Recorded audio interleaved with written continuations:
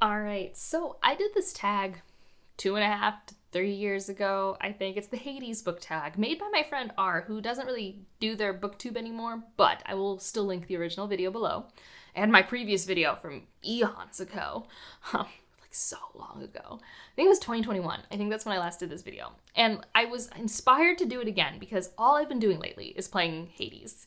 If you don't know, Hades is a roguelike dungeon crawl sort of game, so you basically go through the dungeon until you die and then you do it again. And this one actually has a really fun plot with this character, Zagreus, who's trying to escape the underworld. Hades is his father. It's fun. It's very fun because every time you die, you get stuff to become better. So you get better and better and better. And also you're practicing, so you're getting better. And it's just a fun time. It's Greek myth inspired. I like Greek myths. It's interesting because, like, to some extent, if you know Greek myths, the plot is not surprising, at least to me thus far. But it's still really fun seeing when the story knows to give you more information. It's a very well done game. And so this tag is based off it. We have a bunch of characters and items, and we're supposed to put book recommendations with it. So it's a book recommendation video, but I get to talk about Hades a little bit. And I really like it. I just have so much fun. So balancing my life with that game is tough because I'm good enough now that every run I do can take me like 30 to 50 minutes. So it's like figuring that out. I mean, you can always pause, but still it's just like, you want to keep going. You want to see what boon you get next. You just want to keep going. So the first prompt, though, is Zagreus, the main character. Name a book you read for escapism, because he wants to escape. And I'm just putting any T. Kingfisher, especially since that's what I've been doing this year. Any T. Kingfisher. I'm just going to put Nettle and Bone here because I really like Nettle and Bone. I don't know if that's my favorite T. Kingfisher. I really haven't put that much thought into what my favorite T. Kingfisher is. Maybe Jackalope Wives. That was the short story collection I read. Regardless, T. Kingfisher is such comfort food for me. Just an author who has a voice to her characters that makes me instantly love them, instantly love their connections, so I keep wanting to read the stories. And that's what it is. The next prompt is Thanatos. Name a book that deals with death, or name a book with an unlikely hero, because Thanatos is the god of death, or death incarnate, actually, not god of death. And so I am putting Dandelion Dynasty by Ken Liu, because, and I'm saying this very spoiler-free, but if you've read the entire series, I think you know which character I'm thinking of when it comes to unlikely hero. And also there is a lot of death in that series, but there is a character who you spend the whole series flip-flopping between rooting for and hating and being like, why are you doing what you're doing? And like, they're an unlikely hero. I think without them as a catalyst, we don't end up where we end up in the Dandelion Dynasty. And in some ways that would be really sad. Even though, like I said, they do some bad things. They're not necessarily a good guy or a guy at all. We're going to say gender is not a thing I'm giving away with this character. But anyways, I really like the Dandelion Dynasty, and one of the reasons is because these characters are complex, and the complexity leads to fascinating storytelling. All right, and then the third one is Achilles. Name a book with a good mentor character, because apparently in this version, Achilles is a good mentor character. Not traditionally true per se, but he trains Zagreus. And so kind of going with the theme of untraditional mentors, I'm going with Nine Fox Gambit by Yoon Ha Lee, because Charon is our main character in this first book. And to do a task, an impossible task that she has to get done, she has to basically take on this revenant shade of General Jadao because of his expertise. And so it leads to an unlikely partnership because she needs to lean on his mentorship to get the job done, but he's also potentially an insane general. And that's so fun. Why I love that story, why I need to reread it. I don't know if that's going to happen this year because I accidentally reread the Inheritance trilogy instead, and I'm already rereading Stormlight, and like, I love rereading, but like also time, and I like new shiny things. The balance, is it there? But Nine Fox Gambit is so fun to me because of the Charis General Zhao situation. Like, it's so fun, it's so messy, and he's so smart, but also mildly unhinged, and it's great. The next one is going to be Patroclus, who, you know, if you've read, what's that book called? Song of Achilles, right? That's the one. Patroclus, you know, in that one is overtly the lover of Achilles. Also, I believe, pretty canonically in the myths as well. But this one says, name a book that deals with amnesia or name a tragic love story. And so Patroclus, I am putting with Chorus of Dragons. For reasons. Chorus of Dragons is one of my favorite fantasy series of all time. And one of the reasons it's so fun is there's soul swapping and there's reincarnation. And because of that, there can be amnesia. And also it does lead to some tragic love stories. It is like the epitome of epic fantasy meets soap opera meets kind of sci fantasy. Chorus of Dragons is so fun. Do not be fooled by the dragon on the cover, sort of like generic fantasyness. It is not generic fantasy. It is really fun, and you will see dragons. There are many dragons. The cover is not lying about the dragons. You'll see a dragon within 100 pages. But in terms of like the character dynamics, they are so messy in the most fun way. And some of that are like tragic love story and amnesia. Next up is Dusa. This is actually short for Medusa, and it's a really adorable interpretation of the Gorgon. But name a character who's a complete cinnamon roll. And I feel like I probably last time did Biddy from Check Please, because like Biddy's adorable. But this time I'll do Tess from Rook and the Rose. Rook and the Rose, another one of my favorite fantasy series of all time, but Tess and Ren travel to do this con. Tess basically is really good with garments, and she's basically the glue that keeps the family together, the kind of found familyness of it all. And she is so sweet. Cannot stop herself from fixing someone's clothes, making sure someone has enough rest. She's feisty too. Like, she's not like a cinnamon roll that can't stand up for herself, but she's just so cute and so sweet. And the minute you think someone's going to hurt her, you freak out, because no one can hurt Tess. She is too precious. But speaking of cinnamon rolls, Kieran, my cat, is an actual cinnamon roll. Like, look at this. Look at this. And when I wake up in the morning, every 5 seconds, he flops in front of me demanding belly rubs. I'm not even kidding. I've never had a cat demand so many belly rubs. It's adorable. Anyways, that's my real life cinnamon roll, is my Kieran boy. Next up is Hypnos. Name a book you'd read as a bedtime story. And this is Redemption and Indigo, because legit, this is like what I think of when I think of as a kid, I was being told like a folk story before bed or something. Redemption and Indigo. It is a retelling of a Senegalese story. And you have Pama and her husband who does not appreciate her. And so she runs away from home and he tries to get her back and chaos ensues. There's a literal chaos stick, and it's full of morals and sass and humor that adults can relate to, but also a simple enough story that a child could latch onto. And I just think those scream bedtime stories. You know, just enough that you can think about it, but also it's dreamlike enough that you can also drift away as someone tells you the story. It's awesome. I love Redemption and Indigo. Karen Lord's one of my favorite authors. If you're not new to the channel, you're like, well, of course, Angela chose Redemption and Indigo. If you're new, you are sleeping on Karen Lord. Guarantee it. This is a very fun story. I like the audiobook and physically reading it. Next up, we've got Charon. Can never figure out his name, but he's the boatman. Name a book with gold on the cover. What did I decide for Charon? The Tainted Cup by Robert Jackson Bennett, because I looked and it has gold, like, decorativeness. Not my favorite book by Robert Jackson Bennett. This was truly just a, what has gold on the cover, sort of pick. But if you like Holmesian mysteries, I think you will have a good time with this, especially if you want a unique fantasy world in the background. Because it truly is a detective and their partner, and the detective's a little bit weird and they're really good at deducing things. But the world has some very fascinating relationships with plants. And there are kind of these like what are they called? Pacific Rim. There's these monsters that come out of the sea, right? Like kind of like Godzilla type monsters. And I'm blanking. There's a whole name for these types of monsters. Regardless, I think it's fun, like the world building. It's just, if you are not murder mystery driven, it might not be very interesting to you. That said, I had a pretty okay time with it, just not my favorite by that author. I did accidentally skip a prompt. I skipped Chaos. Name the oldest book on your shelf. And I was looking at these shelves, because I'm sure I have an older book somewhere else. But what I wrote down is technically the oldest book I have is behind me here. I have the Liv Ship Traders series, and I bought them used, first printing hardback, and that series came out in the 90s. So my Ship of Magic hardback is probably the oldest book I have on my shelf. And then maybe after that is my Mistborn hardback, like that are on these shelves, because that's a first printing from 2007. But I'm pretty sure my Ship of Magic copy is my physically oldest one.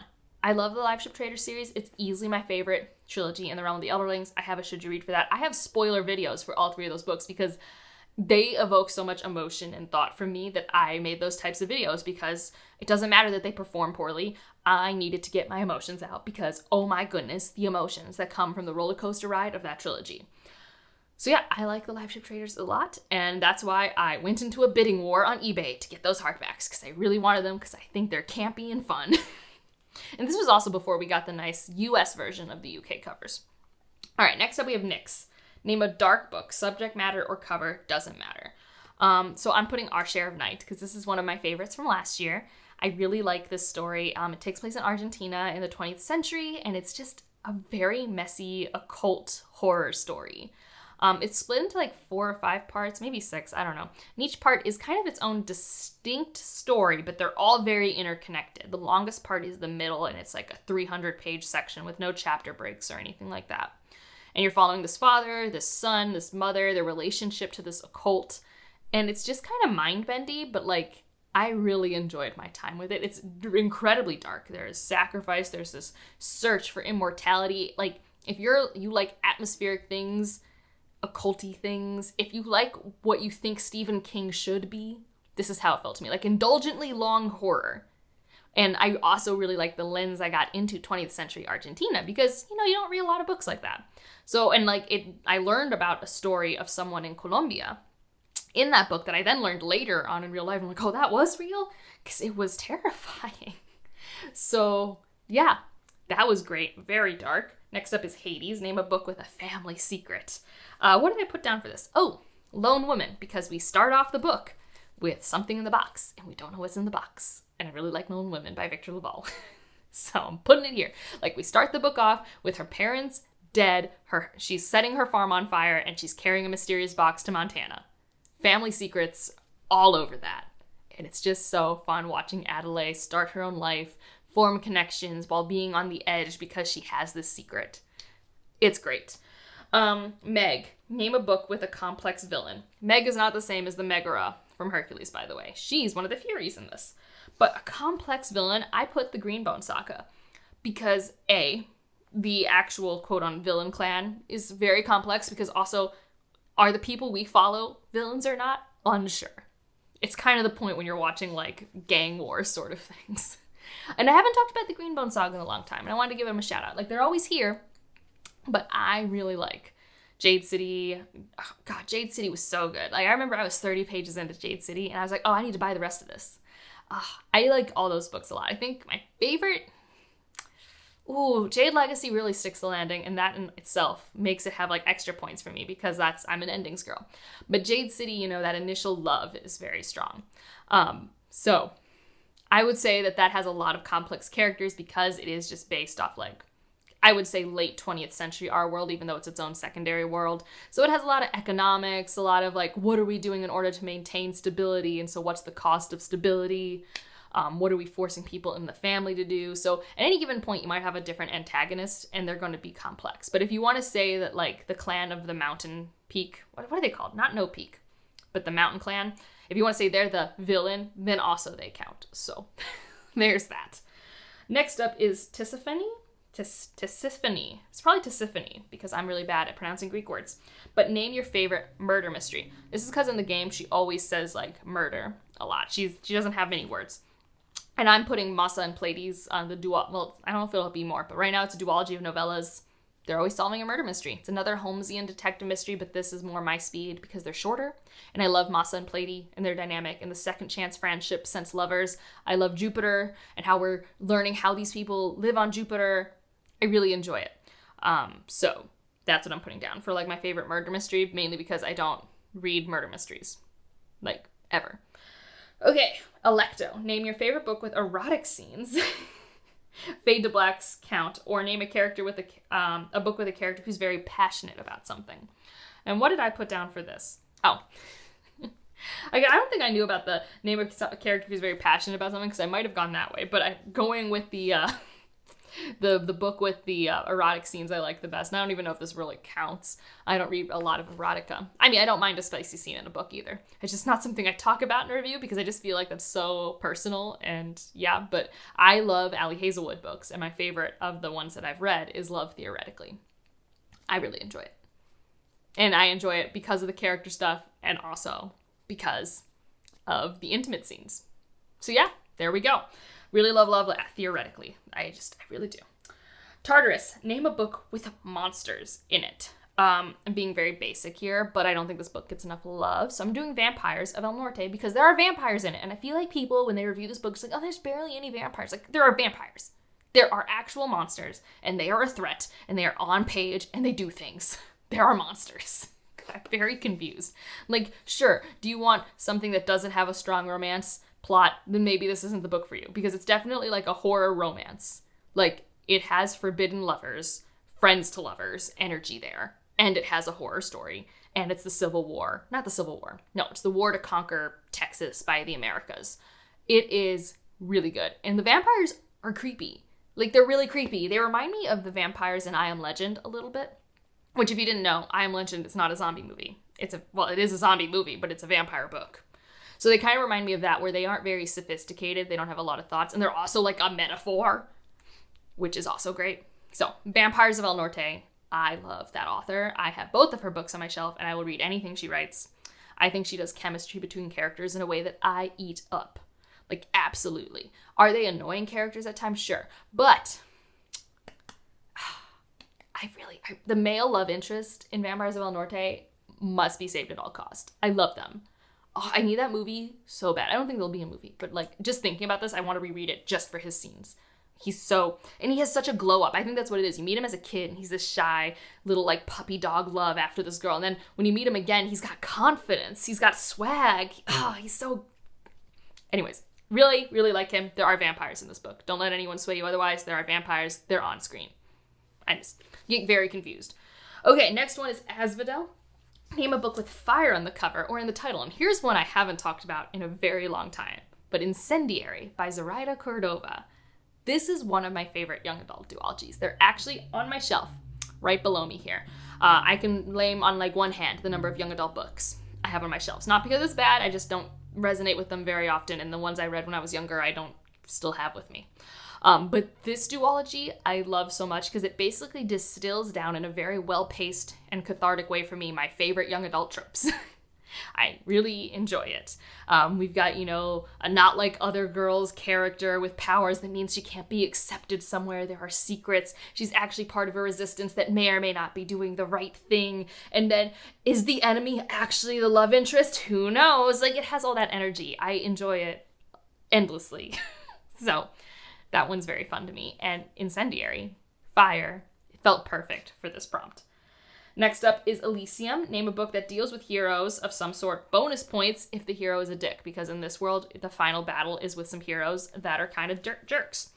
And I put for this Red Rising, like that entire series, because the golds of society are like the heroes of society. And they're even named after like the Greek pantheon and stuff like that. And they are all jerks. And even like our main characters, as they grow up, become jerks. And, like, that's kind of what's fun about, like, the second part of the saga is, like, oh, these characters I was rooting for so hard who are legends. They are flawed humans.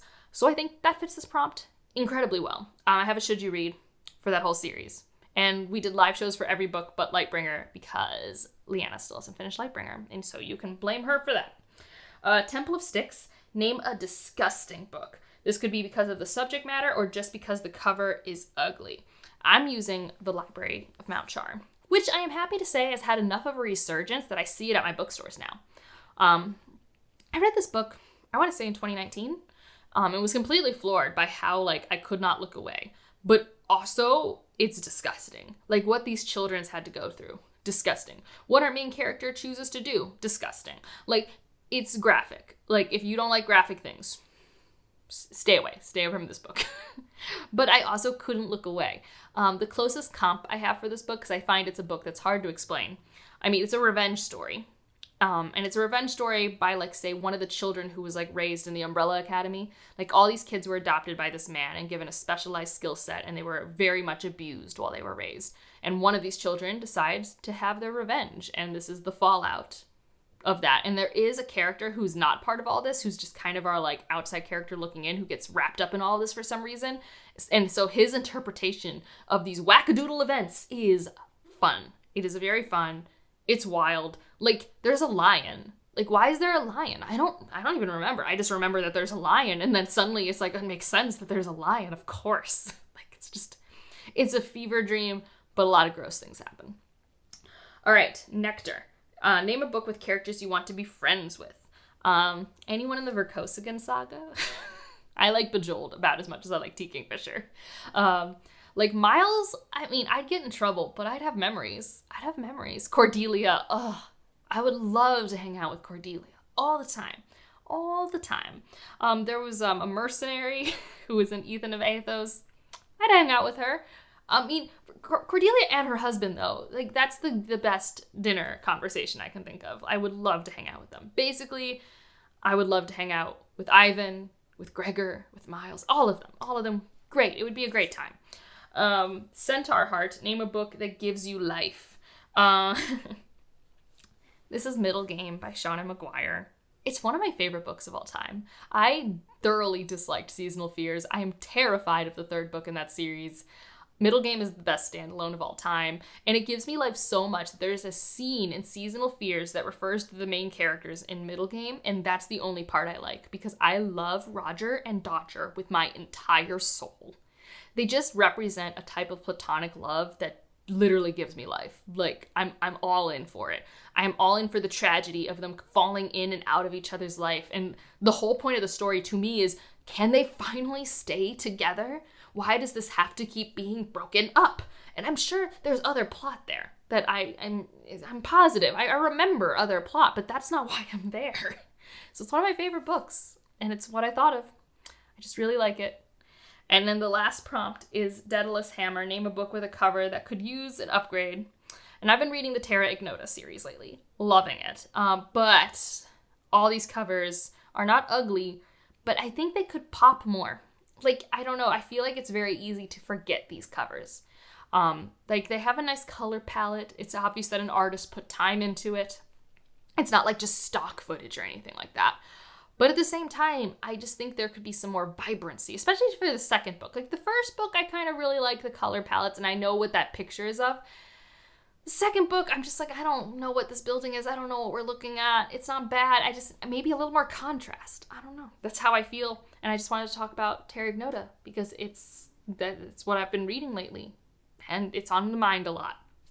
So, that's the Hades book tag. Traditionally, when book tags used to be happening all the time, you tag people. And I forgot to write down people to tag. So let me go through my sub feed real quick for people who might enjoy doing this book tag.